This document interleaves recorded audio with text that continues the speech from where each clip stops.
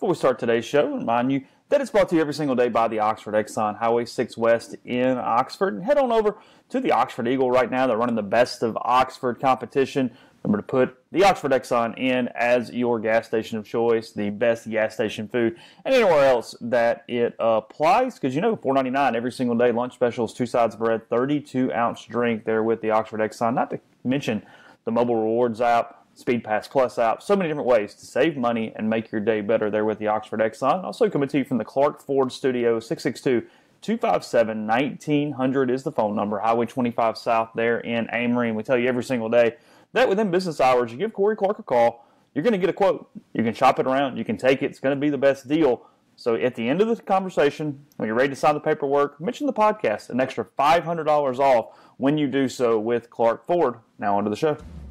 From the Clark Ford Studio in Oxford, Mississippi, MBW Digital proudly presents the Oxford Exxon Podcast. I'd say thanks for tuning in, but why am I going to give you a round of applause for something that you're supposed to do, to be frank? And now, here are your hosts, Chase Parham. That broadcast school has really paid off. And Neal McCready. I deserve to be on TV.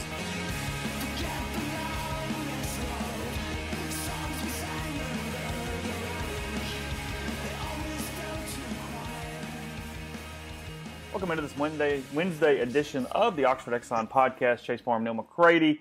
I am in the Clark Ford Studio. Neal is in Tuscaloosa, Alabama. Was on site for Ole Miss's blowout loss to the Crimson Tide last night at Coleman Coliseum. Probably the worst that we've seen an Ole Miss team play this season. Or not probably, it was the worst, losing 74-53 to Alabama. First half did not go well, did not get much better from there, Neal. We'll go through that a little bit today. We'll kind of talk about reactions, how Kermit handles some different things, and whatnot. But overall, what was the crowd like last night? I'll be full disclosure here. I had something going on. I listened on the radio for a while, and it sounded like they were pretty dang into it there early as Bama was making the decisive run. It wasn't full at all. There wasn't a whole lot of atmosphere, at least early. Give the Alabama team credit. They played in a way that got the fans excited. It was an environment, from a pure environment standpoint, it was ripe for an upset because there were just not a lot of people there. It's not a great arena. They were coming off of a disappointing loss to Tennessee. Their record. I think that fan base has been so spoiled by football that it's hard to get excited about something that's not competing for perennial national championships. So the environment was fine. It wasn't great. I mean, Ole Miss will play in much more intimidating environs over the course. Hell, they've played in a couple already. It was nowhere near as intimidating as the Hump. Frankly, it was nowhere near as loud and kind of crazy as Vanderbilt was that night. Ole Miss at 14-4 now, 4-2 in the SEC. Bama improves to 12-6, 3-3 in the league. Kind of a logjam right in the middle of teams with 2 and 3 losses in the conference. But I read the quotes. Kermit did not hold much back last night. Clearly frustrated. I'll just pose it this way and let you run with it. What happened? What happened was they got their ass kicked. I tweeted that early in the game that it was just an old-fashioned ass-kicking. And Kermit came in, and his first words were, that was a old-fashioned kicking. He just left out the word ass. And he's right. They got beat in every possible statistical effort, maturity. Got beat in every possible way. Got killed on the boards. 44-32. Here's the big number. Alabama had 20 offensive rebounds. I guarantee you that Kermit Davis spent Sunday and Monday preaching the importance of blocking out, of being physical, of keeping their athletic front off the glass. And it didn't work. Donta Hall just destroyed them. 11 points, 10 boards, 6 offensive boards, 2 steals, 3 blocks, all of that in 22 minutes. They got 3 offensive rebounds from Herbert Jones, who's a guard, 2 from Dazon Ingram, 2 from Tevin Mack. Riley Norris got an offensive rebound. Galen Smith had 3 offensive rebounds. It just can't happen. That can't happen. That's stat one. Ole Miss was sloppy with the basketball, 16 turnovers. A lot of those sloppy, lackadaisical turnovers in the open court that led to transition, that gets the crowd into it. I mean, look, Ole Miss gets beat 34-16 in the paint, 23-6 off turnovers, 20-8 in second chance points, 6-0 in fast break points, and lost by 12 in terms of bench play. And it was really worse than that because Ole Miss played a bunch of bench dudes at the end. I mean, D.C. Davis had 24 minutes. Luis Rodriguez had 18. Brian Hallams had 11. Bruce Stevens played 23 minutes off the bench. K.J. Buffin played 16 minutes. Schuler was – I didn't think Schuler should have been playing. And that's second guessing, and I realize that. He's favoring that foot in a way that he's not really capable of being productive right now. He played 17 minutes, had 2 points, 5 turnovers. No, I'm sorry, 1 turnover. And then look, here's the game. Here's the game. For Ole Miss to win big, this season, for all of this talk about tournaments and such, and I've kept my mouth shut on this because anytime I say something, I sound negative. If I say something when things are going well, everybody does he's a Kennedy guy, blah, blah, blah. This is not about Kermit Davis. This team, I've said this repeatedly, has no margin for error if it's going to win big. None. It has none, Chase.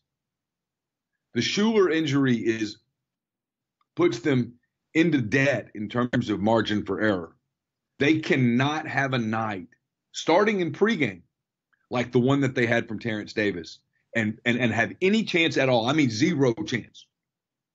Any chance at all of being a good team. Any chance at all of even being a plus 500 team in the league. If Terrence Davis plays like that, no chance. He was out of control in pregame. He lets people get to him. He gets into that yappy stuff. He gets emotional, and then he plays undisciplined defense. Terrence Davis's line is deplorable. For a senior leader on a night when he knew his team was going to need him, fouls out in 19 minutes, 10 points, 3 rebounds, 5 turnovers, and a technical foul. That's unforgivable. And if I'm Kermit Davis, I'm Terrence Davis and I are having a conversation. Today's an off day.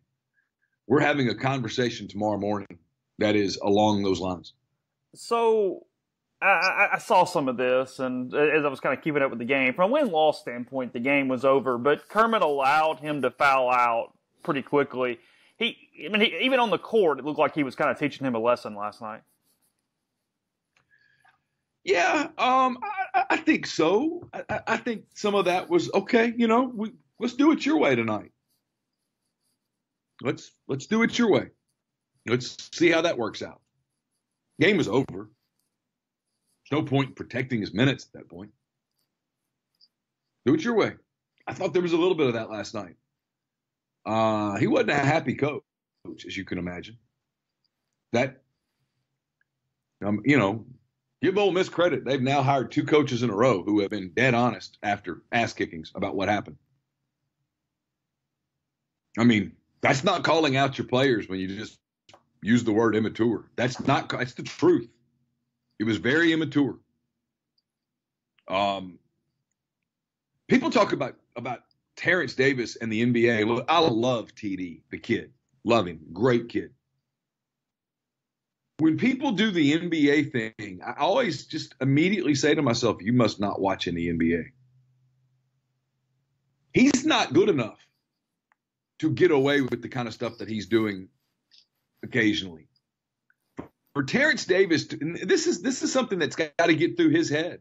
If Terrence Davis wants to be an NBA player, he's going to have to become an elite defender.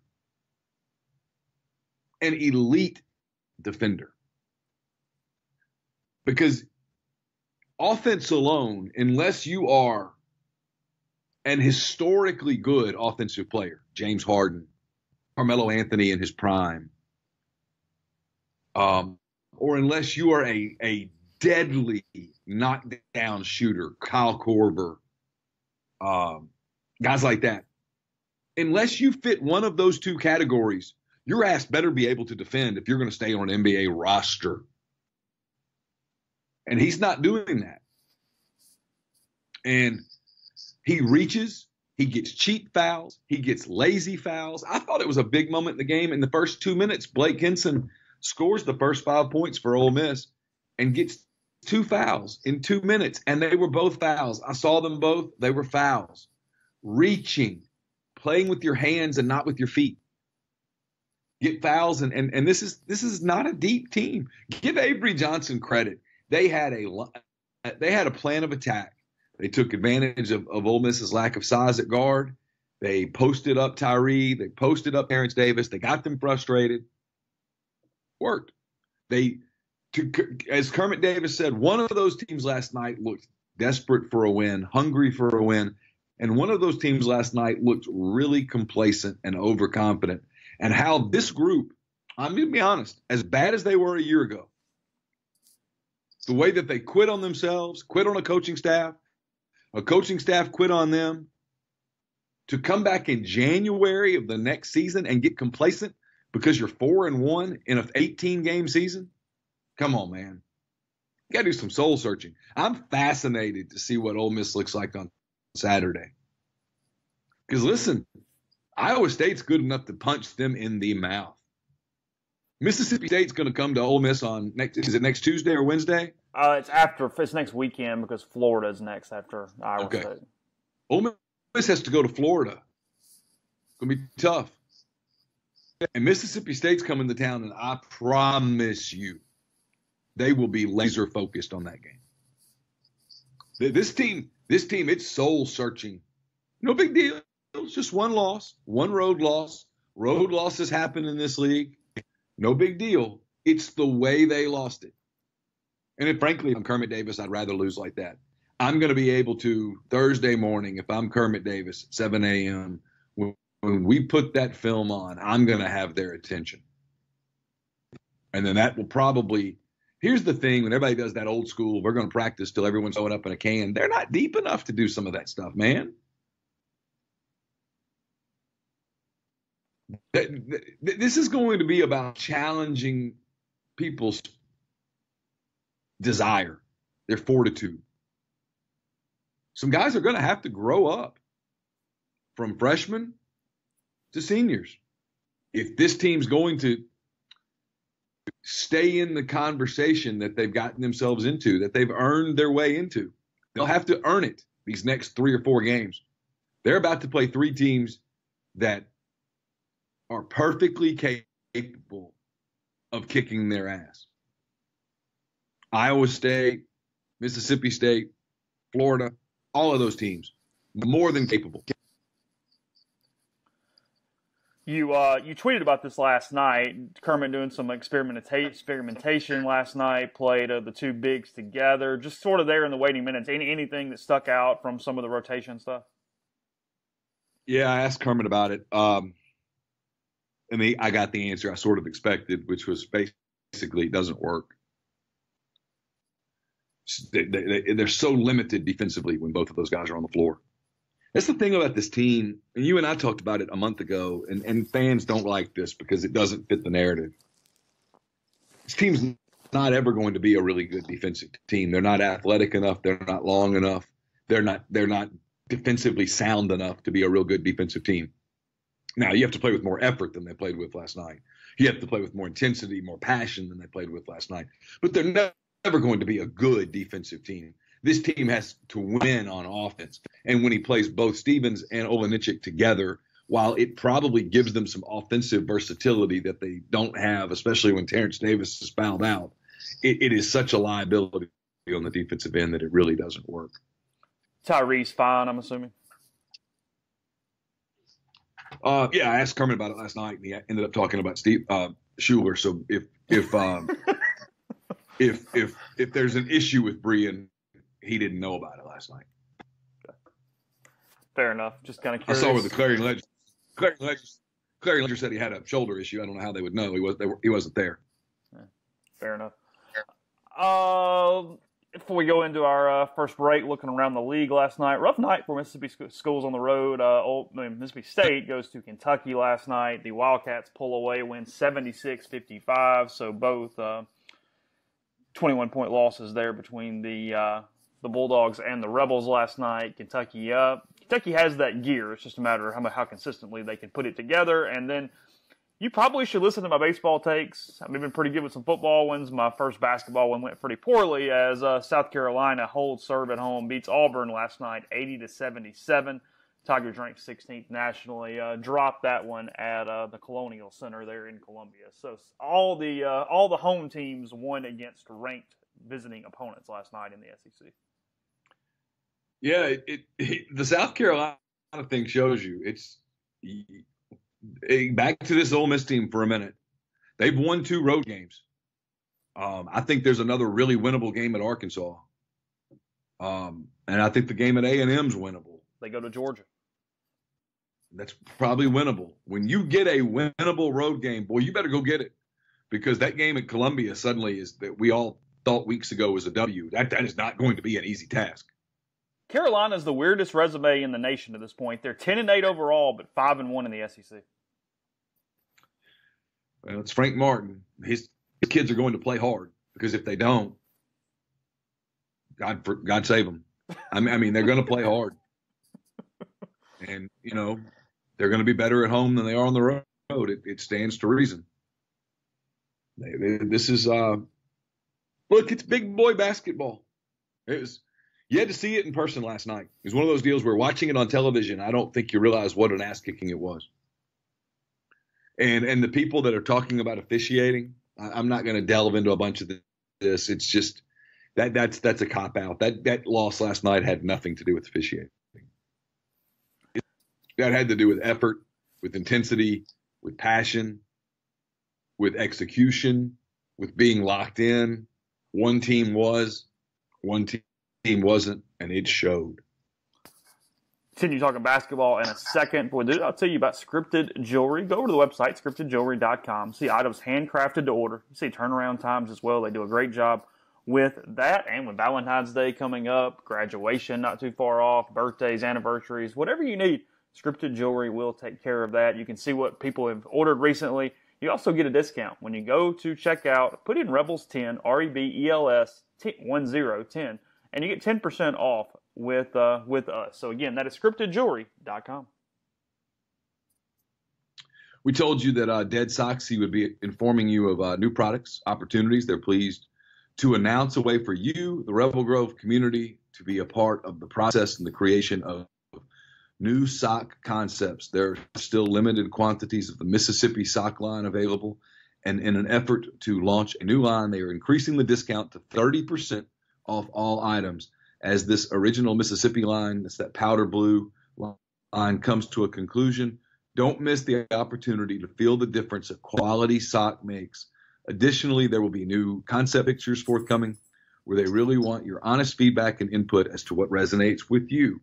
For all of you who've tried them out with a single or a couple of pairs, now's the time to round out your week's worth with the 30% off discount. You get it by going to deadsoxy.com. Enter the code Rebel Grove at checkout for 30% off all items at checkout. Again, promo code Rebel Grove at deadsoxy.com. Podcast also brought to you by Oxford University Bank, OUB, locally owned and operated right there in Oxford. When you deposit money at OUB, that money and the vast majority of the bank's profits go right back into the Oxford community. OUB gives you the comfort of home, all the benefits the big mega banks provide, all the technology and products you can want, all with a personal touch. OUB is also offering a commercial checking account, pays 1% interest as long as you keep $10,000 in the account, comes with fully interactive online banking. You can set up a situation where you can deposit your checks from the office, don't have to go to the bank to do it. More than likely, any business owner at another bank is now paying a monthly fee for their account, and they're most assuredly not making 1% on their money. So check out OUB by calling 662-234-6668 or go to liveoxfordbankoxford.com. OUB is FDIC insured. Also brought to you by Harry Alexander. Harry is an Oxford-based RE/MAX legacy realty agent. He's been in Oxford more than 4 decades. No one knows the residential and condo market in Oxford better than Harry. Go to his site. He'll prove it to you. HarryAlexander.com. Click on the Properties and Neighborhoods tab. Filter through about what you're looking for. And then send him an email. It's ha@harryalexander.com. And we're brought to you by Grenada Nissan. If you're in the market for a Nissan vehicle, Grenada Nissan's the place to go. They have a complete selection of new and previously owned Nissan vehicles. Go in, test drive one today. Tell Gene and Sandy that you heard about Grenada Nissan on the podcast. You heard about Grenada Nissan at rebelgrove.com, and you'll get Rebel savings on top of the already great deals at Grenada Nissan. It's GrenadaNissanUSA.com. Podcast also brought to you by Community Mortgage, Oxford, Memphis, Soto County, and Chattanooga. Underwriting and processing is done in Memphis. They're getting local underwriting and understands your market. Pretty big deal there. Also a leader in condo financing in Oxford and the float down option. So you can find Jason at 662-234-2704 or JLowe, JLOWE at CommunityMTG.com. You know, I got on this morning and saw what usually you see after every loss. I mean, a lot of frustration on the message board, on social media. And again, that's not necessarily representative of anything, as we talk about all the time. But my advice to the Ole Miss fan right now is chill out, relax. You've got a good coach. You're ahead of schedule no matter how this thing turns out. You're not finishing dead last in the league. It's where you were picked. No matter what, everything's a little better than it ever could have been. I mean, this is the number one season, if there's ever a season, to just enjoy the high points and let the other stuff go, because it's building to a point that's going to be better than this. And I just think it's a lot of wasted energy when we know there's going to be some stretches here that aren't good for this team. Again, they're not very deep. So injuries, just bad nights, those are going to happen. And when they can't sustain that, nights like last night are going to happen when put together with poor effort as well. And, you know, like you said, it gives Kermit something to coach with the next couple of days. But there's a stretch here that could get ugly again with a game or two along the way. Chill out. Just watch your team. Enjoy when they win. Watch some improvements from different guys. Hope they land some players from a recruiting standpoint. And I mean, this is a free shot season, so chill out. That's that's kind of my advice for the day. I know it'll not happen once they lose another game, but that's absolutely the truth right now. I'll go deeper than that. This is his worst team. Yeah. However many years Kermit Davis is at Ole Miss, if it's 2, if it's 10, if it's 8, if it's 13, this is his worst team. This will be his least talented team. Simple as that. Number 2, I get projections are fun. Chase can vouch for what I'm about to say. We all talk for 5 minutes before we get started. We talk sometimes. I hate bracket talk in January. There is no bracket. There is no bubble. It's January. If Kermit Davis takes this group to the NCAA tournament and doesn't win National Coach of the Year, it's a travesty. I know what the projections say, the computers. It's fun. Believe me, it's great for us. Because if this team were 1-5 in the league right now, I don't know what the hell we'd be talking about. You can only preview a baseball season so many times. You can only preview spring football so many times. This is manna from heaven for us. But if this team goes to the NCAA tournament, he's National Coach of the Year. This is not a tournament caliber team, especially with the point guard injury. And so I'm never going to be one to tell fans what to do. I'll never tell fans you need to come to a game. You don't need to go to a game. Do what you want. It's up to you.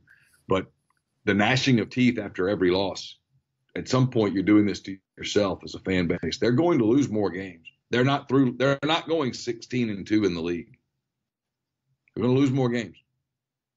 If this team makes the tournament, it will make the tournament by the skin of its teeth. It will be a wild ride. And frankly, like Chase said, It's all right. As a fan base, you ought to enjoy it. After last season, you ought to enjoy it. But look, there's a chance. This thing doesn't go well. There's a chance this thing goes off the rails a little. This team can't withstand an injury. It's not deep enough. The freshmen are. We talked about the freshman wall, and Blake Kinson says he wasn't going to hit it. Well, I'm telling you, I'm watching a guy who looks like he's hit it. KJ Buffin wasn't good last night. He looks tired. This is a real challenge for Kermit Davis. This is not his kind of team. He talked about player technicals. He says he doesn't get those at Middle Tennessee. Well, he's getting them here. I think they're going to stop, but this is year one of a coaching transition can be weird, and I think last night was symptomatic of that. Yeah, you always get highs in that transition, but you always get some of these behavioral issues. You get the other things too, where there's just a butting heads of philosophy, and that's what you're going to get. I mean, there is a discipline change that has happened to an extent, but it's not done. I mean, Kermit is a long way from getting his exact culture into this place so far. He talked about how on Monday he had to coach effort. This team's not good enough to have to coach effort. And he'll tell you that. If he's having to coach effort and attitude, they're in trouble. They're in deep trouble. Because look, and they can play super basketball, play above their heads, and lose games to some teams. I mean, they don't have that elite defender who can lock down on a really long athletic guy. Their bigs get out-athleted. Bruce Stevens is not a good defender. Dom does some things well, but his help defense, for example, is never going to be great just because of the lack of just overall athleticism. They've got to play at a high level, and they've got to play very locked in, and they just weren't locked in last night. But look, it's one game. It's one game. It's a loss to a team that was 50 in the net on the road. Not a big deal. It's how you bounce back. It's why Saturday will be fascinating. And not just from a results standpoint, but what do they look like? What do they look like Saturday morning? How do they play? Well, and banged up either mentally or physically at the guard position going against a team that has a hell of a trio of guards in Iowa State. Oh, listen, if they're not locked in defensively on Saturday, it's going to get ugly. Kermit said this last night. This might be the best offensive team in the country. Ole Miss is going to have to match them on the offensive end because they're going to get beat on defense. Iowa State's going to get theirs. I don't know what the over-under is. It's not out yet. Yeah, too early for that. It'll be a big number. Yeah. By the way, I would have won big on the under last night. It definitely went under last night. Ooh, I would have won big on that. I mean, even Bama didn't reach their half of the over-under. No, I didn't. I saw the under coming. I didn't see a 21-point loss coming, but I saw the under coming. Saturday is incredibly intriguing. What should be it's an opportunity is what it is, but I mean it's at home. So I mean if you're going to take that next step, it's almost kind of a necessity. But it's a weird time for Ole Miss right now in trying to do that. Also, I forgot one game. If anybody gives a crap last night, Florida beat A&M 81-72 in Gainesville. So Florida winning probably what I'm assuming is their last home game prior to the Rebels visiting next week. Yeah, they're at TCU this weekend. Florida was behind in that game for a while. Were they? Yeah, they were behind and then came back. I think A&M, maybe I'm wrong. If I am, I am. A&M had a double-digit lead at one point. How much Alabama media was there last night? Not much. Not much. I spoke to Cecil Hurt, a couple other guys. There wasn't much. Wasn't a ton at all. Actually, only 2 or 3 guys who were asking questions. There were 2 Ole Miss media and maybe 3 Alabama media that were there asking questions. They just don't really care. Yeah, I mean, I think it's it's such a weird fit for Avery Johnson, such a basketball guy that's coached in the NBA and everything. He's when he recruits, he does well, like anywhere in anybody. And yeah, they like winners if they really, really win. But I just never thought that program was a great fit for him. Yeah, that's fair. It's just one of those deals where the football season goes so long. And then after the football season ends, you've got every year, from a media standpoint, you've got the juniors leaving, you've got coaching staff change, and you got recruiting. So by the time basketball even has a chance to be remotely front and center, the season's over.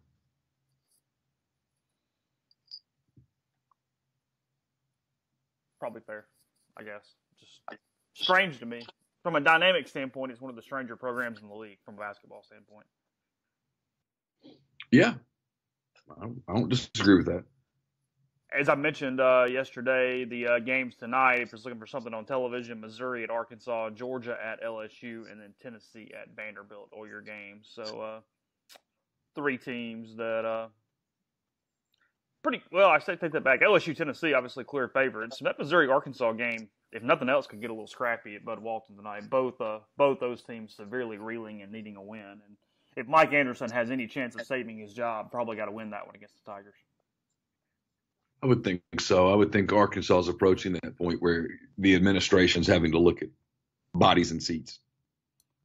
What kind of fit works there? I don't know. I mean, they're about to start getting some of my money, but I don't really know anything about them. I don't really understand the dynamics necessarily of the school or the base or any of that stuff. I mean, I understand some of the dynamics of their academics, but that's about the extent of it. I just don't know. I mean, they won with Nolan Richardson. I thought John Pelfrey, when he was at South Alabama, was a rising star. I really did. And that didn't work. And they went out and got Mike Anderson because they thought they could do Nolan Richardson Part 2. And it really hasn't worked. It's a nice facility. There's a lot of money up there. But it's Fayetteville's really nice. It's hard to get, but it's hard to get to. Basketball's pretty big in the state of Arkansas. They produce good players. You've got to get them all, and everybody else recruits them too. I don't know. I'll be curious to see kind of what they do, because if their season goes the way I think it's going to go, they're going to have to really strongly contemplate change. And it's an SEC job. I would think it's a well-paying job. They've got nice facilities. They ought to be able to get a good coach, but we'll see. I don't know. I mean, I would think they could get a good coach just because of their SEC affiliation and the money and the exposure and all of that. Campbell not locked into Mike Anderson's future at this point? No, it was actually kind of funny. Campbell and Caroline on Saturday during the Ole Miss Arkansas game, they attempted to sort of trash talk one another, and it quickly dissipated because neither of them truly cared or knew anything, and it devolved into Caroline called me on Saturday morning. This is a dad story. It shows you how manipulated you are. I get the text from Caroline on Saturday morning. Goes, "Hey, how's Chicago?" And I basically responded with, "What do you want?" And she wanted to watch the Saturday in Orlando was the National Cheer and Dance National Championships. Okay. All the dance teams and cheerleading teams from around the country were in Orlando for their basically 2-day national tournament. And it cost $30 to stream it online. And her mother had said no.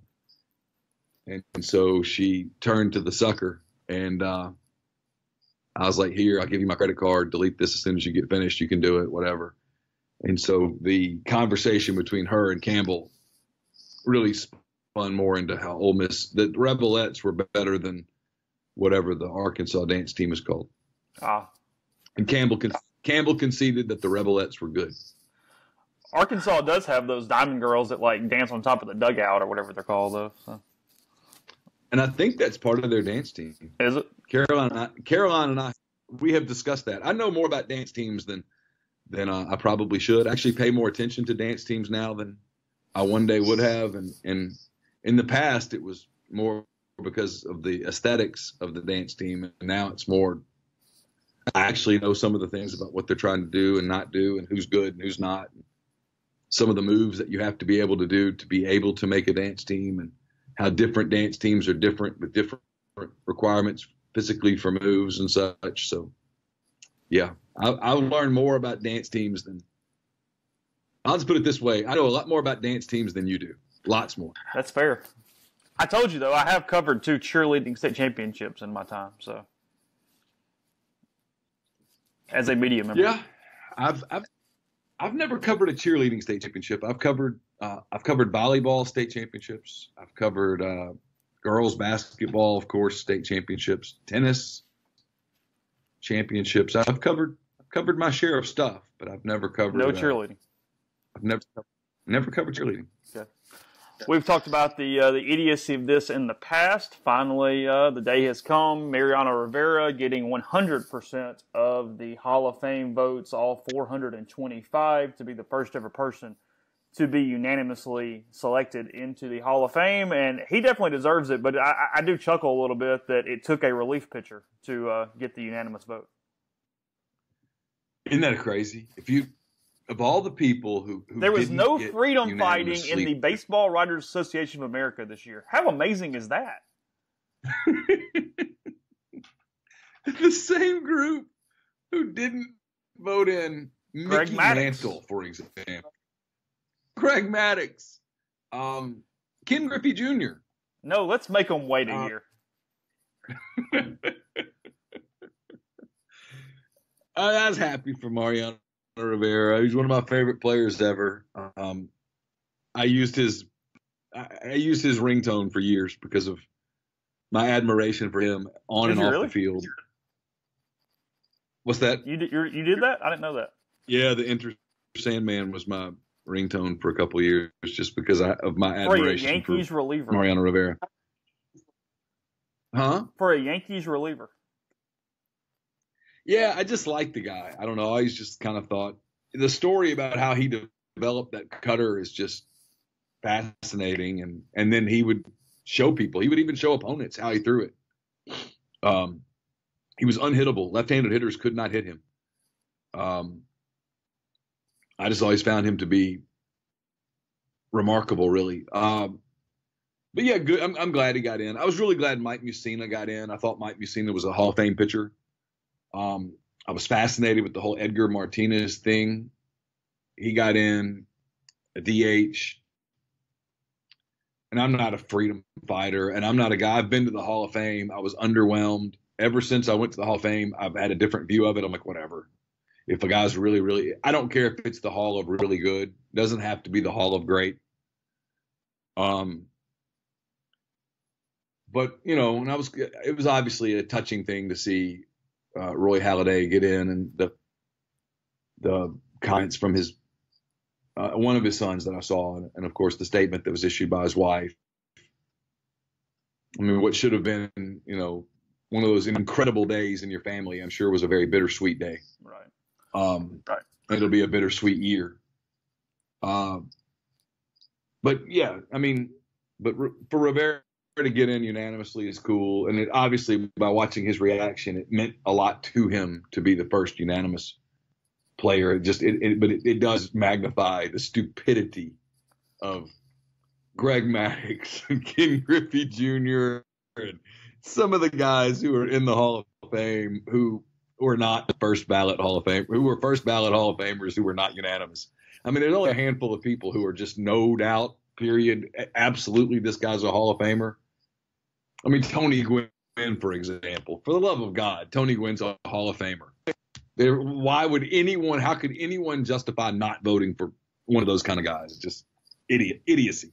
Yeah, we'll get into some of those numbers in a second. I kind of want to delve into it a little bit. Before we do that, I'll tell you about G&M. Don't waste your time with the big chains. Go somewhere where you're appreciated. G&M Pharmacies, locally owned and operated, and care about their customers. Been Oxford's trusted hometown pharmacy for over 40 years. Many great services such as MedSync, immunizations, and free delivery to your home or workplace. They're right there on South Lamar Boulevard. And transferring your medications is simple. I've done it. Just give them a call at 662-236-2222, and they will take care of the rest. Been telling you for a little while about Home 2 Suites. Great place to stay for football season. They will be opening up their football reservations on January the 30th at 10 a.m. So write this number down, 662-238-3400. 662-238-3400. Home 2 Suites in Oxford. Wednesday, January the 30th. That's 1 week from today, 10 a.m. Central Standard Time. Make that call. Get locked in for Ole Miss football. Be a great place to stay. It's 1 mile from campus, just off the Old Taylor Road exit. It's a fantastic facility. The area around there is building up super fast. It'd be a great place to get in for your Ole Miss football availability. They also have availability for double-decker weekend as well. So, again, that number is 662-238-3400. That's Home 2 Suites in Oxford. Podcast also brought to you by John Edwards of Regency Travel Incorporated in Memphis. You know how this works. John's part of Virtuoso. It's a worldwide network of travel partners that allows him to supply his clients with added values, unique benefits that are simply not available to other travelers. You call John. You tell John what you're looking to do, what your budget is, what you're hoping to achieve, what kind of vacation this is, and then sit back and let him give you options. And he'll give you options that you would not come up with on your own because you're probably not part of Virtuoso. And you don't have to live in or near Memphis to take advantage of his services. 901-494-3387 or jedwards@regencytravel.net. First-time clients can save $50 off their first booked trip just by telling John you heard about Regency Travel on the podcast. I'll have my mailbag out a little later this morning. I'm almost finished with it. It is sponsored by the Westin Jackson.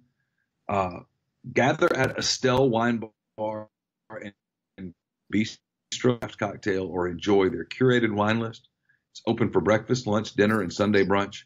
Chef Caden's mission is to connect guests with the community through local partnerships. So gather at Estelle tonight.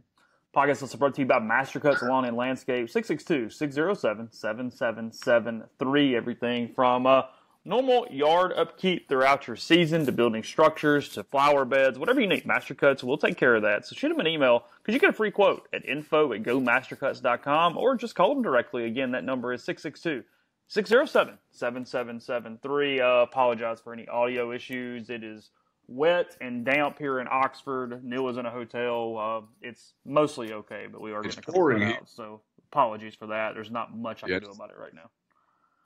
It's pouring in Tuscaloosa right now, too. Frankly, I'm, knock on wood, pretty happy with how it's held up considering all of our issues at the moment. So it's fine. No big deal. Just throwing that out there. But anyway, yeah, I was looking at numbers from this. So Roy Halladay, he's also a first ballot Hall of Famer. He gets in with 85.4%. You've got to have 75% or either 75 plus one vote. I forget which it is, either way, to be elected into the Hall of Fame. Halladay is at 85%. Edgar Martinez gets in year 10 on the ballot, 85.4% as well. He had the exact same number of votes as Halladay. And then Mike Mussina in year 6 gets 76.7% of the votes, so barely ekes in there in year 6 for Mussina. A guy who was great as an Oriole and kind of up and down and just okay at times as a Yankee. Yeah, very steady though. And then here's where I give him some benefit. And this is probably, I'm not a voter, so it's just a fan opinion. Obviously not a voter. I've never covered Major League Baseball in my life. He pitched in the steroid era, pitched in the American League East, and he pitched in two parks that are very friendly to left-handed hitters as a right-handed pitcher. And he dominated, especially as an Oriole, and was effective as a Yankee. I think some of that gets factored in, whether it should or shouldn't, I don't know. I'm guessing as a voter it does, because otherwise guys like Barry Bonds and Sammy Sosa would get more votes than they get. The steroid thing is on people's minds.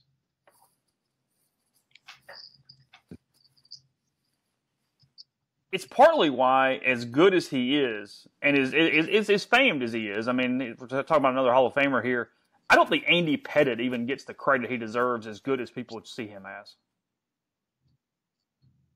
Oh, I agree completely. He's kind of the one guy that I pick out to go, different era, different time, different team. I mean, we might be talking, all-time great as is, but I mean really one of those kind of Mount Rushmore type dudes. And he got overshadowed by an abuser because he pitched on the same staff with Clemens. Yeah. Speaking of, I'll give go ahead. credit. The voters in baseball have stuck to their guns on the steroid issue. I do kind of wonder if it's coming off a little bit. That's kind of where I was going here. So I'm looking at the rest of the list, and the next vote getter after the ones that got in is Curt Schilling. He got 259 votes. He's got all sorts of issues with political to whatever, at least through writers' opinions. 60.9% of the vote in year 6. So, I mean, a pretty sizable number there. And then Clemens at 59.5% and Bonds at 59.1%. Pretty much those trio are all getting voted yes by the same number of people and the same people, in my estimation. But they haven't gotten a majority yet to pull them in with the rest of the voters that are keeping them out because of the steroid reasons. Yeah. I think Schilling should be a Hall of Famer. I think that he is paying the price for being a right-wing guy who's kind of over the top with a lot of his views.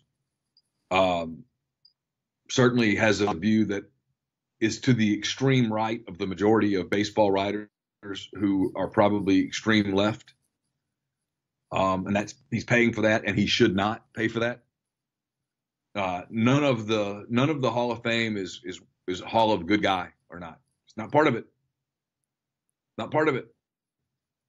I don't like that part. And then, I don't know. I think Barry Bonds is a generational talent. He absolutely was good enough to be in the Hall of Fame. But Chase, he juiced. He broke records in large part because he cheated. Clemens cheated. Sammy Sosa cheated. Mark McGwire cheated. I don't know. I don't know what I think about it. I don't think as a voter I could vote for them, even though I know that Barry Bonds certainly is the one that comes to mind. Barry Bonds could have never injected anything into his body and was going to be one of the best 2 or 3 players in the game. No doubt. But he did. He did inject things into his body that gave him an advantage over people that didn't. And this is where I always go back to this, and I'm a Cubs fan, and everybody knows that, and I'm sorry. What career would Mark Grace have had? What good career would Mark Grace have had if he would have cheated? Well, and being a Braves fan, and now the era is a little different, slightly. The one that I come back to that he got 169 votes, 39.8%, but year 10, he's not going to ever make it. Fred McGriff. Yeah. What would Fred McGriff have been like if he had cheated? How good would Greg Maddux have been? Holy hell, if he had cheated. And maybe the poster child of all this, who I think is a Hall of Famer, I would vote for him every single time. And if he doesn't get in next year, I'm actually going to, not having ever pulled for any of his teams, I'll kind of feel bad for this guy, Larry Walker. Yeah. Got 54% of the vote, 232 votes in year 9. Remember how good he was in Montreal? How good he was in Colorado? I mean, that's my thing. It opens up the door for, well, how good would some of these guys have been if they had not done the right thing? Mark Grace was an elite hitter. Mark Grace hit more doubles in the 90s than anybody in baseball. Anybody, Chase. Well, how many of those doubles get out of the yard if he's juicing? 10 a year? 20 a year? Let's call it 15 a year. Over 10 years, that's 150 more times. I mentioned Andy Pettit. What if it's more than that? Andy Pettit, this was his first year on the ballot. He only received 9.9% of the vote. No. Yeah, he got wrapped up in the steroid thing too. I don't know. He received less first-year votes than Todd Helton. How many did Helton get? 16%.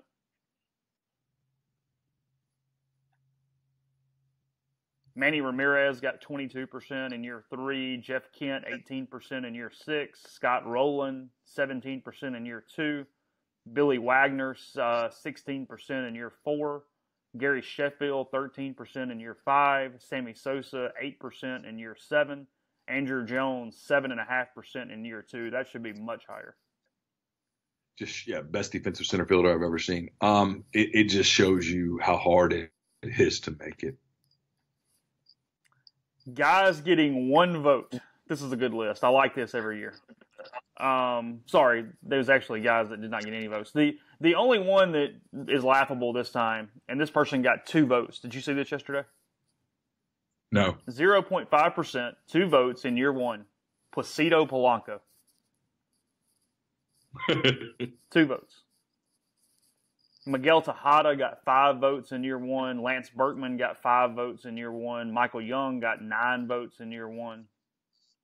And then guys who did not get any votes, I can't see where any of these guys would ever really get a vote off that list. I mean, probably the best player on the list is John Garland, but So, yeah. That was it. John Garland got a vote? No, he did not get a vote. He was an eligible person you could have voted for. Gotcha. Yeah, they on the list of people they just have that got 0 votes. Rick Ankiel, Jason Bay, Freddie Garcia, John Garland, Travis Hafner, Ted Lilly, Derek Lowe, Darren Oliver, Juan Pierre, Vernon Wells, and Kevin Youkilis were guys you could have voted for yesterday. Juan Pierre. That is correct. Yeah. But yeah, happy for Edgar Martinez. It probably gives Larry Walker a glimmer of hope going into next year. We'll see. I don't know, but either way, just some baseball notes there. I don't necessarily like it. I find it interesting with some of the voting for the Hall of Fame more than I necessarily care about the Hall of Fame. But nonetheless, that's what's going on there with that. I did not see any of the calls or anything yesterday, though. I didn't really watch any part of it. Oh, I watched calls to Martinez and Rivera. I don't think there was a recorded call of Mussina because they called him. He was still in a gym coaching his basketball team. Oh. And obviously there's no way to call Roy Halladay. I don't know whether they called the family or not, or if they did, if it was recorded. I'll probably go down that rabbit hole later today. Yeah, sad deal there. Yeah. Yeah, I mean, of course. Mariano Rivera showed an interesting little anecdote. I didn't know this until yesterday. Remember how Roy Halladay had sort of a resurgence late in his career? I do.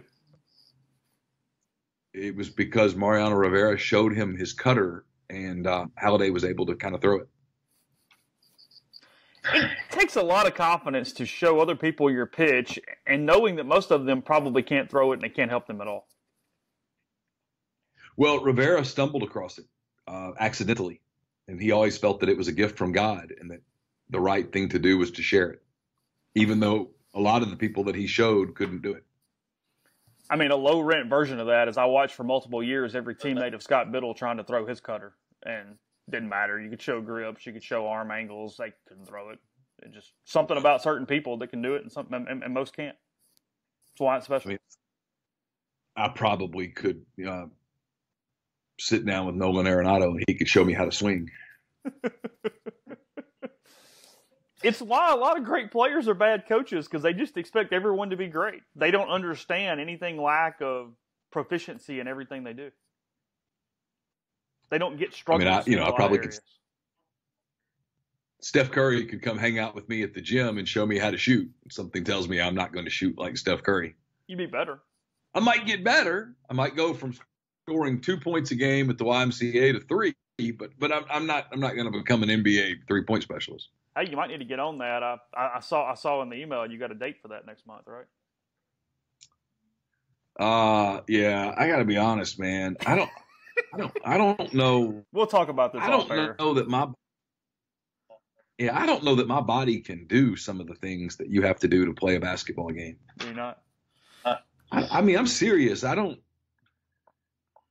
just don't know. Like, I ran one day in Chicago. I've been doing a lot of Peloton. I've been doing a lot of Pilates, some yoga. I've been trying to do some things to help flexibility. But running is just so brutal. Like, I like running. I enjoy running. I just don't enjoy the way I feel after I run. Saw on the wire this morning, Deion Sanders' kid picked South Carolina for his home. Oh, really? Yeah, saw that. Let's see, whatever else we have going on. It's been kind of a slow week. It's been one of those strange weeks where not a lot is really happening, even though we're in playoffs and all that stuff. Oh, did you get tagged in the picture this morning of Laramie Tunsil dunking a basketball? Yeah, it was in your Twitter this morning. I did see that a minute ago. Yeah, I saw it a minute ago. I'm not sure that I knew what it was. Easily two-hand slamming. With the it's from Jake Rouse, one of our listeners, says we're all equal, right? ? Yeah, absolutely. Everyone else. He always thought Laramie, he could. Laramie has said multiple times he thought he could play in the NBA. Oh, had he been 4 inches taller, he would have. Yeah. It's athleticism, like LeBron James. If LeBron James had only been 6'4" or 6'5", he would be an NFL Hall of Famer. Tight end, defensive end. You think that's the route that would have happened? I mean, had he not been 6'9", yeah. He's the most incredible physical specimen I've ever seen in person. He looks like, in person, especially in his prime, he looks like find the best looking physical NFL tight end, defensive end you've ever seen. Now make him even more impressive and then make him 5 inches taller. Yeah. LeBron is, whoa. It's quite the vindication year for Laramie. He was excellent all season with the Dolphins. Had a little injury there, but after a pretty tough last year, dang good bounce back for him. I have a feeling this is just more of the same coming. He's going to be an All-Pro for a while. So there's that. Oh yeah, he had a little sophomore slump. Well, first year at left tackle too. I mean, after playing guard early and moving around. I mean, it is the NFL. The other guys are trying too. You have defensive ends that are pretty good on the other side. Last time I checked.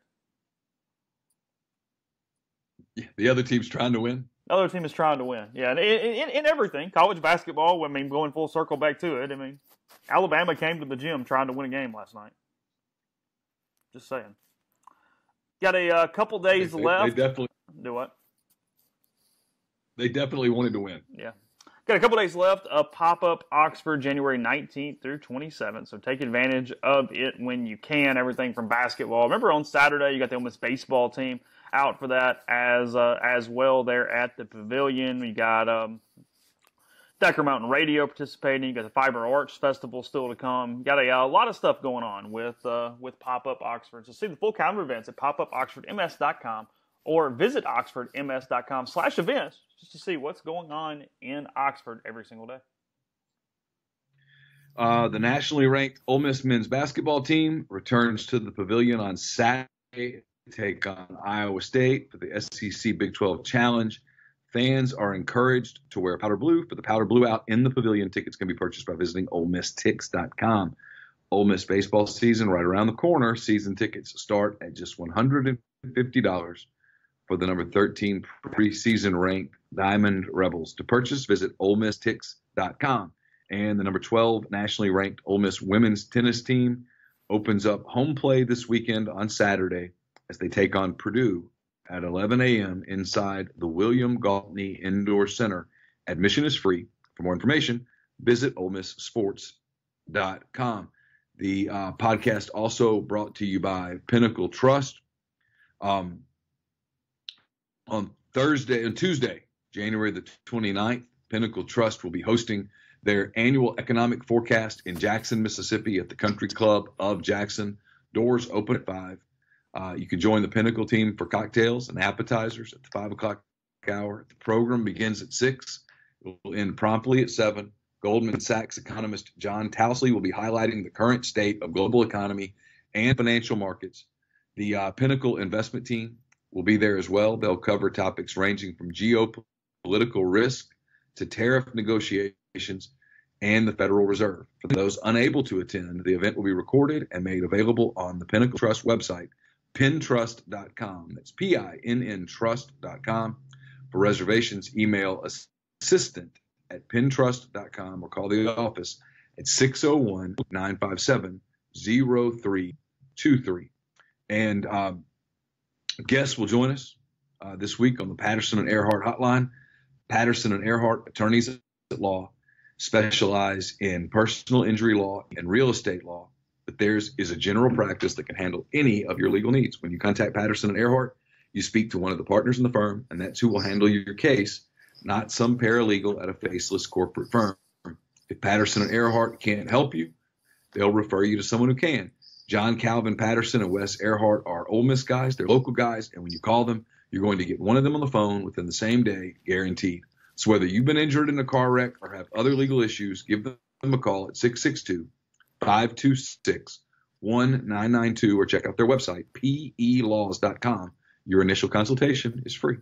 I'm looking at the net team sheet for Ole Miss before we close today's show. And again, that was a quadrant 1 loss last night. They've got to play better. This is more about the team than a resume at this point. But from a resume standpoint, all 4 losses still quadrant 1. And frankly, every game that's a quadrant 1 right now is pretty safe, except for maybe Baylor. They're at 49 in the net. They've got to stay in the top 50 for that to be a quadrant 1 win because that was a neutral site game. But everything else, pretty solid right there in that quadrant 1 area. Vanderbilt is currently 89 in the net. That's a quadrant 2 game, and even that I think is safe in the quadrant 2 because away games run all the way up to 135 for quadrant 2. So Ole Miss's resume is quite safe right now. If anything, they might get a little help because of Arkansas could jump into a quadrant 2, but otherwise, resume's good. You just got to figure this thing out as they move forward, and that certainly starts with Iowa State on Saturday because this is just game 1 of quite the stretch as we've talked about.